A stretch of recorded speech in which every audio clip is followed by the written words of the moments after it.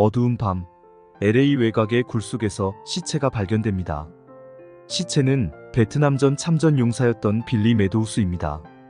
이 범죄의 연원은 베트남전으로 거슬러 올라갑니다. 무슨 일이 있었길래 수십 년 전의 일로 참전 용사가 살해된 걸까요? 안녕하세요, 구독자 여러분. 오늘은 미국의 대표적인 범죄 스릴러 작가 마이클 코넬리의 소설 블랙 에코에 대해 리뷰하겠습니다.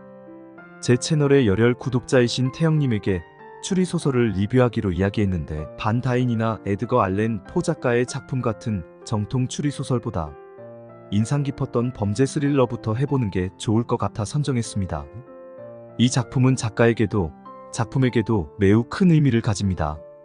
신문기자였던 작가를 일약 베스트셀러 작가로 변신케 한 1등 공신이고 주인공 해리 보슈의 이름을 널리 알리게 된 데뷔작이었으니까요.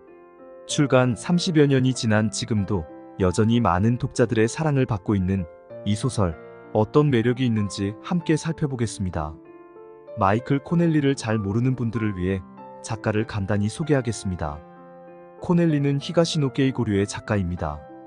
가업을 이어받고자 건설경영학을 공부하다가 전과에서 저널리즘을 전공한 후 지역 신문에서 기자로 경험을 쌓습니다.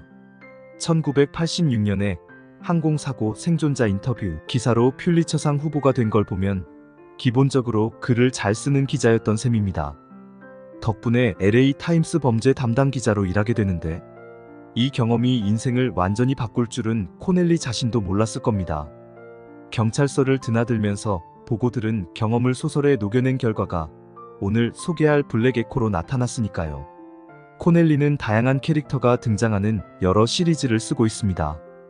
해리 보슈 시리즈는 인기에 힘입어 아마존 드라마로 제작되었습니다.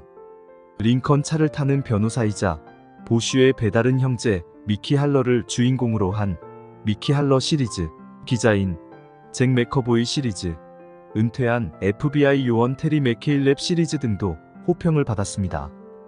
여자 도둑 캐시 블랙이 등장하는 보이드문과 과학자인 헨리 피어스가 주인공인 독립작품 실종 사라진 릴리를 찾아서도 있습니다. 이 캐릭터들은 작품에서 만나 마이클 코넬리 유니버스를 형성하기도 합니다. 미국에서의 인기와는 달리 국내에서는 1996년 블랙 에코와 블랙 아이스 발간에도 반응이 없다가 매튜 맥커너이가 미키 할러로 등장한 영화 링컨 차를 타는 변호사의 인기에 힘입어 보슈 시리즈가 알려졌습니다. 코넬리는 30여 년 동안의 기여도를 인정받아 미국 추리작가협회 선정 그랜드 마스터가 됩니다. 아가사 크리스티, 엘러리 퀸, 존 딕슨 카, 존 르 카레, 에드 맥베인, 미키 스필레인, 스티븐 킹, 제임스 엘로이, 제프리 디버 등 역대 수상자들을 보면 코넬리의 위상을 알 수 있습니다. 이 작품을 읽기 전에 가장 먼저 궁금했던 것이 제목이었습니다. 검은 메아리? 이게 무슨 뜻일까? 표면적인 의미는 베트남전 당시 지하에 터널과 기지를 만들고 저항하던 베트콩들을 상대하던 미군들의 은어에서 비롯된 용어입니다. 지하로 들어가 땅굴을 정찰하고 파괴하는 미군 특수부대원들을 땅굴지라고 불렀는데 블랙 에코는 땅굴지들이 땅굴 입구를 부르는 그들만의 은어였습니다. 땅굴지로 복무한 병사들의 스트레스는 어마어마했습니다. 생각해보세요. 땅굴이라고 하니 몇 미터 정도라고 생각하면 완전히 경기도 오산입니다. 길이가 수천 미터에 달하는 경우도 있었고 깊이도 지하 수십 미터까지 내려가야 했습니다. 규모도 어마어마해서 사단본부, 창고, 무기고, 병사 막사가 있는 경우도 있었습니다. 침입자를 막기 위해 곳곳에 부비 트랩을 설치하고 베트콩들이 매복하고 있어서 땅굴쥐들이 함정에 갇혀 죽는 경우가 많았습니다. 사람이 간신히 통과할 만한 땅굴 속을 빛도 없이 부비 트랩이나 적이 나타날지도 모르는 상황에서 다닌다고 생각해보세요. 생각만 해도 으스스합니다. 프레드릭 포사이스의 액션 스릴러 어벤져에서도 주인공인 덱스터가 베트남전에서 땅굴지로 복무한 전력이 있다고 소개됩니다. 이 소설도 무척 재미있는 페이지 터너이니 일독을 권합니다. 한편으로 블랙 에코는 해리 보슈가 과거의 진실을 파헤치는 과정을 상징적으로 나타내는 단어이기도 합니다. 보슈가 사건을 조사하는 과정은 땅굴쥐가 땅굴 속을 수색하는 것과 마찬가지 과정입니다. 에코라는 단어도 작품을 읽고 복기해보면 중요한 의미를 갖고 있다는 걸 알 수 있습니다.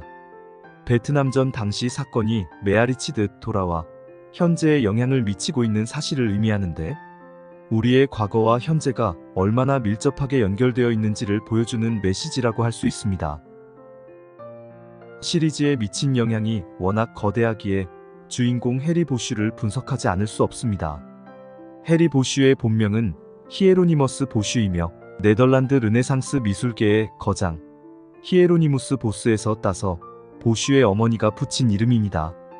만나는 사람들마다 히에로니무스라는 이름을 어떻게 발음할지 몰라 당황하는 상황을 많이 겪다 보니 결국 이름을 단축해서 해리라고 부르게 되었습니다. 매춘부인 홀어머니 밑에서 자라다가 어머니가 살해당한 후에는 위탁가정과 청소년원을 전전합니다. 보슈는 성인이 되자마자 입대해서 땅굴쥐로 근무하다가 전역 후 경찰이 됩니다. 형사가 된 후 지역 언론의 관심을 받는 사건들을 해결하면서 초고속 승진을 하고 스타 형사로 우뚝 서지만 타협을 모르는 성격 때문에 상사와 잦은 갈등을 빚습니다. 검거 과정에서 실수로 용의자를 살해하면서 본서에서 쫓겨나 LA 할리우드 경찰서 살인전담팀 3급 형사로 근무하게 됩니다. 보슈 시리즈의 시작은 이때가 배경입니다. 해리 보슈는 레이먼드 챈들러가 탄생시킨 탐정 필립 말로와 상당히 흡사합니다. 추악하고 더러운 욕망이 지배하는 사회에서 스스로 정한 가치를 지키고자 고독한 삶을 고집합니다. 수사 과정에 있어서는 어떠한 타협도 하지 않습니다. 보슈가 이따금 홀로 떠도는 코요테와 마주치는 장면이 등장하는데, 이는 점차 멸종되어가는 보슈와 코요테의 유사점을 비유합니다. FBI 요원이던 엘리노어 위시와 블랙 에코에서 만나 깊은 관계로 발전하지만 이별과 재결합, 이혼을 반복합니다. 엘리노어 위시는 중국계 남자와 재혼하지만 시리즈 14번째 작품인 나인 드래곤에서 사망합니다. 위시와의 사이에서 낳은 딸 메디는 보슈를 보고 자라 경찰이 됩니다. LA 외곽 굴속에서 한 남자의 시체가 발견됩니다. 보슈는 시체를 살펴보던 중 팔뚝에 새겨진 땅굴쥐 문신을 보고 남자를 알아봅니다. 베트남전 전우였던 메도우스였던 겁니다. 경찰들은 메도우스 주변의 마약 주사기와 물품을 근거로 마약 중독사로 수사를 종결하려 하지만 보슈는 메도우스가 살해되었다고 의심합니다. 메도우스의 아파트에서 팔찌를 맡긴 전당포 용지를 발견한 보슈는 사라진 팔찌가 살인사건과 연관되어 있다고 추측합니다. 보슈는 부검이로부터 메도우스가 살아있을 때 전기 고문을 당했으며 마약 주사를 맞고 사망했다는 이야기를 듣습니다. 보슈는 땅굴을 통해 침입한 범인들이 은행에서 팔찌를 포함한 막대한 양의 보석들을 털어간 사건이 있었다는 사실을 알고 사건을 담당하는 FBI 요원 엘리노어 위시를 찾아가 공조를 제안합니다. 루크는 할리우드 경찰서에 보슈를 수사에서 제외해달라고 요청하지만 보슈는 그랬다가는 FBI가 은행 강도 일당을 눈뜨고 놓쳤다는 신문기사를 볼 것이라고 위협합니다. 메도우스 시신을 신고한 샤키라는 소녀는 복수의 일당이 메도우스의 시신을 가져와서 굴에 버렸다고 증언합니다. 보슈는 메도우스 일행의 은행 강도 사건이 베트남전 당시 부패를 저지르며 축제하던 베트남의 빈 경감이 보관한 1800만 불 가치의 다이아몬드를 노린 행위임을 알게 됩니다. 단서를 잡았다는 기쁨도 잠시, 샤키가 누군가에게 살해당했다는 소식이 전해집니다. 보슈는 위기감을 느낍니다. 경찰과 FBI의 첩자가 있다는 의미니까요. 보슈는 커리어와 목숨을 걸고 진실을 파헤칩니다. 그 과정에서 내사과와 상사들의 방해도 극복합니다. FBI 요원 엘리노어 위시와 깊은 관계가 되지만 서로의 입장 차이로 인해 원활하지는 않습니다. 마침내 모든 비밀을 캐냈을 때 드러난 사실은 보슈가 생각했던 것과는 완전히 다릅니다. 메도우스는 다이아몬드를 노린 범죄 과정에서 명령을 어긴 행동을 했다는 이유로 살해당한 것이었습니다. 보슈는 고생 끝에 범인을 체포하지만 그게 다가 아니었습니다. 코넬리의 특징인 마지막 반전이 독자들의 머리를 뒤흔듭니다. 이 사건은 보슈에게 지워지지 않는 상처를 남기지만 동시에 단호하고 의지가 굳은 형사가 되는 계기가 됩니다. 세상이 흑과 백으로 단순히 나뉘지 않으며 보이는 게 다 진실은 아니라는 교훈도 얻습니다. 블랙 에코는 과거의 트라우마와 그 영향에 대해 심도 있게 다룹니다. 베트남전 참전이 병사개인과 사회에 미친 영향, 그 상처를 안고 사는 사람들을 통해 전쟁의 비극성을 보여줍니다. 블랙 에코라는 제목이 암시하듯 과거의 행동은 현재의 메아리처럼 울려 퍼질 수밖에 없다는 메시지를 담고 있습니다. 전쟁의 트라우마가 과거로 끝나지 않는다는 사실도 강조합니다. 보슈와 메도우스, 은행강도 일당의 모습을 통해 전쟁이 어떻게 개인의 삶에 지속적으로 영향을 미치는지 볼 수 있습니다. 이 작품은 정의와 부패에 대한 이야기입니다. 보슈는 현실과의 타협을 종용하는 세력들과 맞서 진실을 추구합니다. 이러한 보슈의 모습은 오늘날 개인의 양심과 조직의 입장 사이에서 고뇌하는 현대인의 모습을 반영합니다. 정의의 본질도 중요한 탐구 대상입니다. 법과 정의가 일치하지 않는 상황에서 과연 무엇이 진정한 정의인지 독자들에게 질문을 던집니다. 인간의 본성에 대한 탐구도 잊지 않습니다. 보슈, 위시, 루크, 어빙 등 등장인물들은 선과 악의 경계에 서 있습니다. 이들의 애매한 입장과 선택을 통해 인간의 복잡성과 모순성을 알려주며 독자들도 상황에 따라 다른 선택을 할 수 있음을 암시합니다. 블랙 에코를 비롯한 코넬리의 작품은 하드보일드 추리소설을 좋아하는 독자들에게 추천합니다.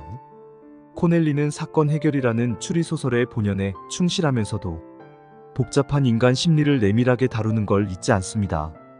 거기에 더해 지필 당시의 트렌디한 사회 문제를 다루기 때문에 시리즈를 읽으면서 미국의 역사와 사회적인 흐름을 살펴보는 것도 흥미로울 겁니다.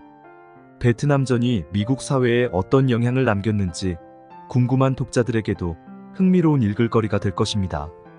이 작품은 사건을 해결하며 내면의 아픔과 갈등으로 고뇌하는 명탐정 주인공을 좋아하는 독자, 베트남전 이후 미국 사회, 경찰 조직의 내부 문제 등 사회 문제에 관심 있는 독자, 베트남전 당시 베트콩과 미군과의 전투 양상에 관심 있는 독자, 여러 갈래의 사건들이 복잡하게 얽히는 플롯을 좋아하는 독자, 리얼리티와 반전이 뛰어난 범죄 소설을 선호하는 독자들에게 추천합니다.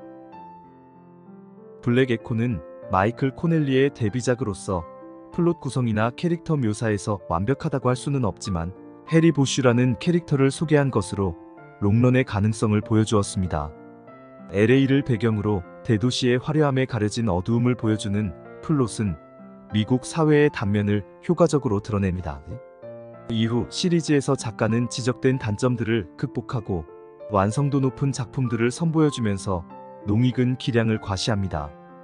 블랙 에코는 범죄 담당 기자로 커리어를 축적하며 닦은 재능을 펼친 작품이자 현대 미국 범죄 소설의 새로운 지평을 연 작품으로 평가할 수 있습니다. 하드보일드 추리소설 독자들은 물론 깊이 있는 인간 드라마를 좋아하는 독자들에게도 강력히 추천합니다.